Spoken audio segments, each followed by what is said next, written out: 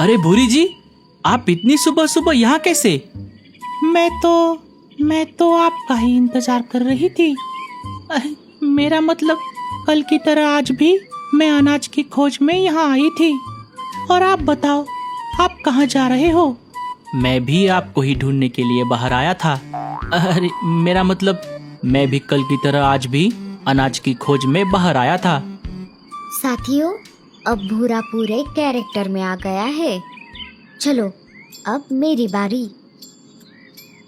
अचानक मीनू मौसी कालू और भूरी के बीच में आकर खड़ी हो जाती है। अरे कालू, तू यहाँ पर इस कौवी के साथ क्या कर रहा है? कौन है ये? अरे मीनू मौसी, ये भूरी जी है। ये मेरी दोस्त है। अच्छा, दोस्त। और कालू, गोरी और जग्गू वापस कब आ रहे हैं? कौन गोरी, कौन जग्गू? अरे गोरी तेरी बीवी और जग्गू तेरा बेटा। तू इतनी जल्दी उन्हें कैसे भूल गया? अरे मीनू मौसी, आपको देर नहीं हो रही? इतनी ठंड में बाहर रहना आपकी सेहत के लिए ठीक नहीं है। जाइए, अब आप अपने घर चले जाइए। हाँ, जा रही हूँ। मीनू मौसी वापस अपने साथियों के पास आ जाती है। अरे बाप रे, ये कालू तो इतनी जल्दी बदल भी गया। उसको बीवी बच्चा है, वो ये बात मानने को तैयार ही नहीं है। साथियों, अब शिकार जाल में फंस गया है। तोते, अब तेरी बारी। जा, जैसे मैंने बताया है वैसे ही करना। ठीक है मीनू मौसी, चलो अब मैं निकलता हूँ। तोता वहाँ से निकलकर सीधा गोरी के मायके आ जाता है। अरे तोते, तू इधर यहाँ कैसे? मेरा एक दोस्त इसी जंगल में रहता है, मैं उसी से मिलने आया था। फिर मैंने घर वापस जाते जाते सोचा आपसे मिलता चला जाऊं। गोरी भाभी, आप वापस जंगल कब आ रही हो? जब तक कालू जी चोंच रगड़ते हुए यहाँ पर मुझे लेने नहीं आते, तब तक मैं वापस नहीं आऊंगी। कालू भैया और चोंच रगड़ते हुए, ये बात तो आप भूल ही जाओ भाभी। मतलब तुम ऐसा क्यों बोल रहे हो? अरे भाभी, कालू भैया अब एक दूसरी कवि के चक्कर में फंस गए हैं और जल्द ही वो उसके साथ शादी भी करने वाले हैं। अच्छा, तो ऐसी बात है। करने दो, मुझे क्या। वो कोई पागल ही होगी जो इनसे शादी कर रही है। और मुझे अच्छी तरह से पता है मैं जंगल में वापस आ जाऊं, इसीलिए तुम मुझे ये झूठी बात बता रहे हो। ये तुम्हारी चाल है और ऐसा करने के लिए तुम्हें कालू जी ने ही कहा होगा। अरे भाभी, मैं झूठ क्यों बोलूंगा? कोई बात नहीं, अब आप ही डिसाइड करो कि आपको क्या करना है। चलिए, अब मैं चलता हूँ। तोता वापस जंगल में आकर मीनू मौसी को सारी बात बता देता है।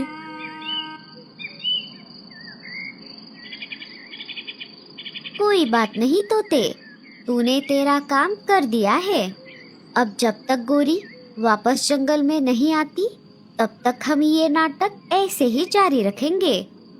कुछ दिन बीत जाते हैं। इधर गोरी के मायके में गोरी के शुरुआत के कुछ दिन बहुत अच्छे से बीत गए। वो दिन भर घर में आराम से पड़ी रहती थी और सारा काम अपने माँ को करने को बोलती। लेकिन धीरे धीरे उसकी माँ उसे थोड़ा थोड़ा काम लगाने लगी।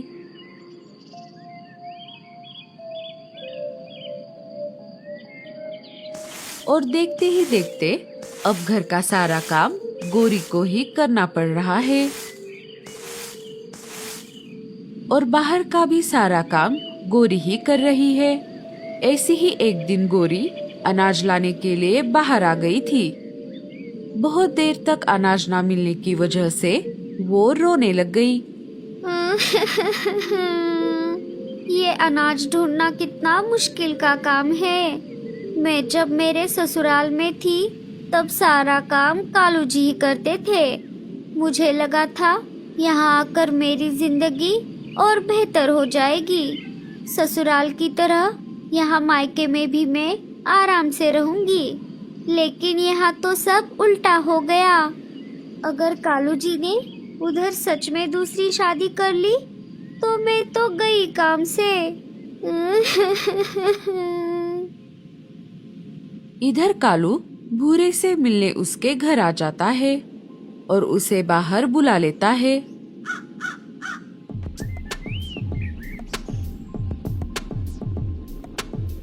अरे क्या हुआ भैया, आपने अचानक मुझे अकेले बाहर क्यों बुलाया?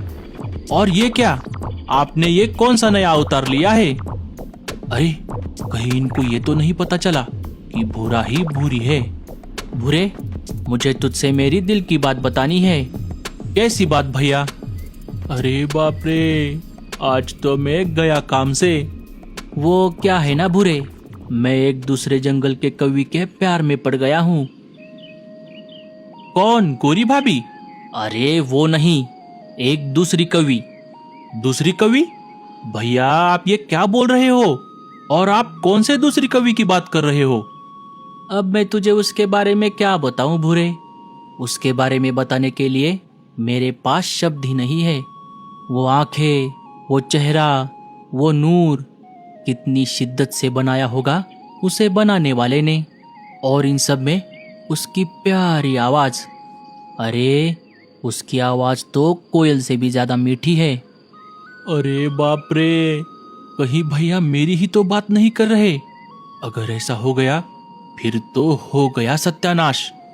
भैया उस कलमुही मेरा मतलब उस कवि का नाम क्या है? अरे अब वो तेरे लिए कवि नहीं, तेरी होने वाली नई भाभी मेरी प्यारी भूरी है। क्या भूरी? अरे अरे क्या हुआ भूरे, तू ठीक तो है ना? हाँ हाँ भैया, मैं बिल्कुल ठीक हूँ। लेकिन भैया गोरी भाभी और जग्गू का क्या होगा?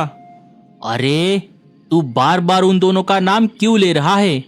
अब तू उन्हें भूल जा, वो दोनों जाए अनाज लेने। अब तो मुझे सिर्फ भूरी ही चाहिए। सही यारा तू तो बदला नहीं है, मौसम जरा सा रूठा हुआ है। अरे भैया अब मैं आपको कैसे बताऊं, सैयारा ही बदल चुका है। क्या? कुछ नहीं भैया। अच्छा चलता हूँ, भूरी कवि को याद रखना, मेरा मतलब दुआओं में याद रखना। भैया मैं जरा जाकर आता हूँ। इतना बोलकर भूरा वहाँ से उड़ जाता है। हाय मैं मर ही जाऊं जो भैया से शादी हो जाए, मेरी तो पूरी वाट लग गई लग गई लग गई लग गई।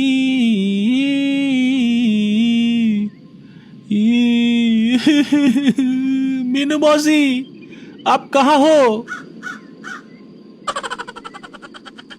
भूरा और उसके साथी मीनू मौसी के घर में जमा हो जाते हैं। मीनू मौसी बचाओ, अब भैया भूरी के प्यार में पूरे पागल हो गए हैं, वो उससे शादी करना चाहते हैं। ये हुई ना बात, मैं यही तो चाहती थी। अरे मीनू मौसी आप ये क्या बोल रही हो? अगर इनकी शादी भाई साहब से हो गई तो मैं क्या करूँगी, कहाँ जाऊँगी?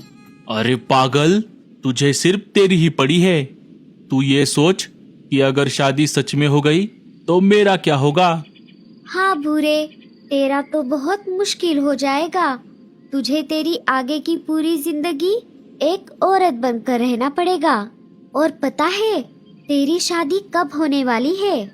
कब होने वाली है मीनू मौसी? कल दोपहर ठीक 12 बजे। मीनू मौसी के ऐसा कहते ही भूरा और रीमा जोर जोर से रोने लगते हैं। अरे मीनू मौसी आप क्यों इन दोनों को परेशान कर रही हो? उन्हें हमारा आगे का प्लान बता दो। भूरे, रीमा, अभी मैं ये सब मजाक मजाक में बोल रही थी, अब तुम सब मेरी बात ध्यान से सुनो। मीनू मौसी आगे का सारा प्लान सबको बता देती है। अरे बाप रे मीनू मौसी, ये प्लान तो बहुत ही ज्यादा रिस्की लग रहा है। अगर कुछ इधर उधर हो गया तो? अरे कुछ नहीं होगा, ये मीनू का प्लान है। तोते, अब फिर से तेरी बारी। जा, तेरा काम करके आ।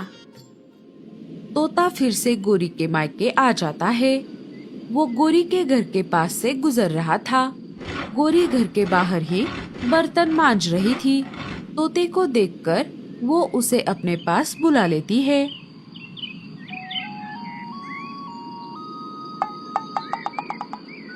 अरे तोते, तू फिर से इस जंगल में क्या कर रहा है? कहीं कालू जी ने तुझे मुझ पर नजर रखने को तो नहीं कहा? अरे भाभी, क्या आप अभी भी उस गलतफहमी में जी रही हो? कालू भैया आप कभी भी यहाँ नहीं आएंगे और मैं तो इस जंगल में उनके शादी का न्योता लेकर आया हूँ।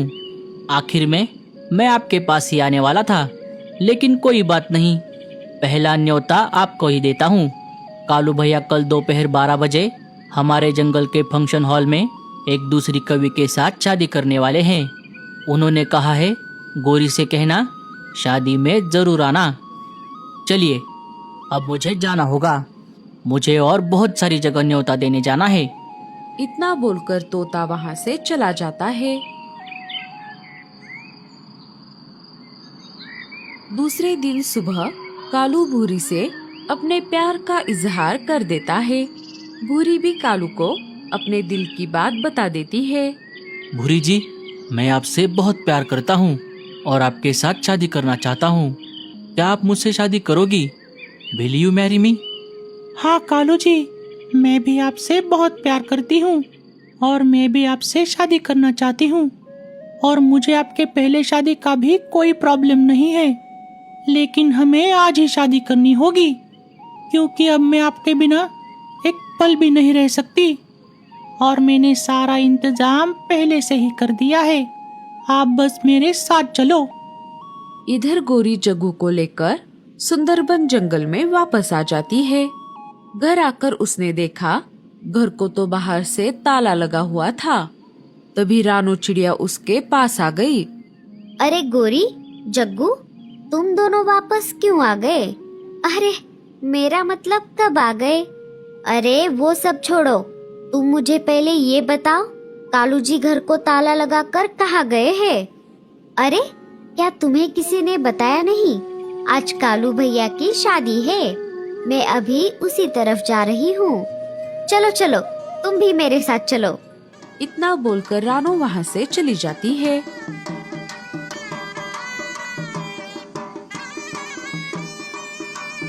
चलो भूरी, अब तुम कालू के गले में फूल की माला डाल सकती हो।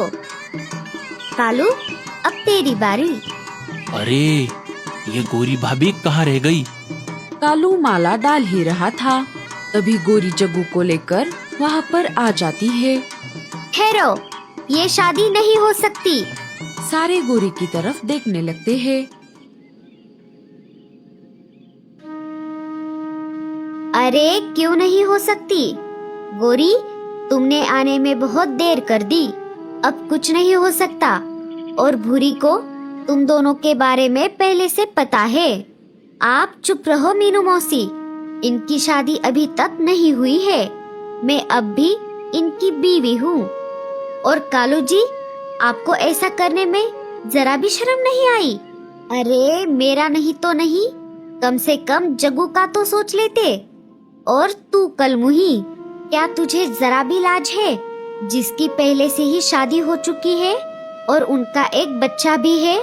ये सब पता होने के बाद भी तू इनसे शादी कर रही है? अरे क्यों ना करूं?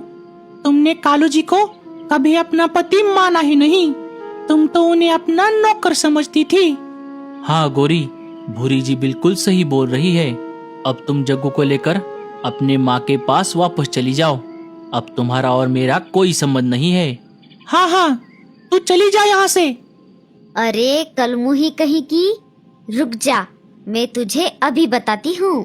गोरी भूरी को मारने लगती है। देखते ही देखते भूरी कौवी का भूरा कौवा हो जाता है। अरे बचाओ बचाओ, भाभी मुझे मत मारो, मैं हूँ भूरा। भूरे की आवाज सुनकर गोरी अचानक रुक जाती है। देवर जी, आप, ये सब क्या हो रहा है? भूरे, तुम? हाँ हाँ मैं। भूरा सारी बात कालू और गोरी को बता देता है। और ये सारा प्लान मीनू मौसी ने बनाया था, हम सब इसमें शामिल थे। आखिर में गोरी और कालू एक दूसरे से माफी मांग लेते हैं। कालू जी, मुझे माफ कर दो। हाँ गोरी, तुम भी मुझे माफ कर दो, मैं बहुत बड़ी गलती करने जा रहा था। सारे अपने अपने घर वापस चले जाते हैं। कालू जी, तुम मेरे ना हुए ना सही, हो तुम मेरे ना हुए ना सही। कालू जी।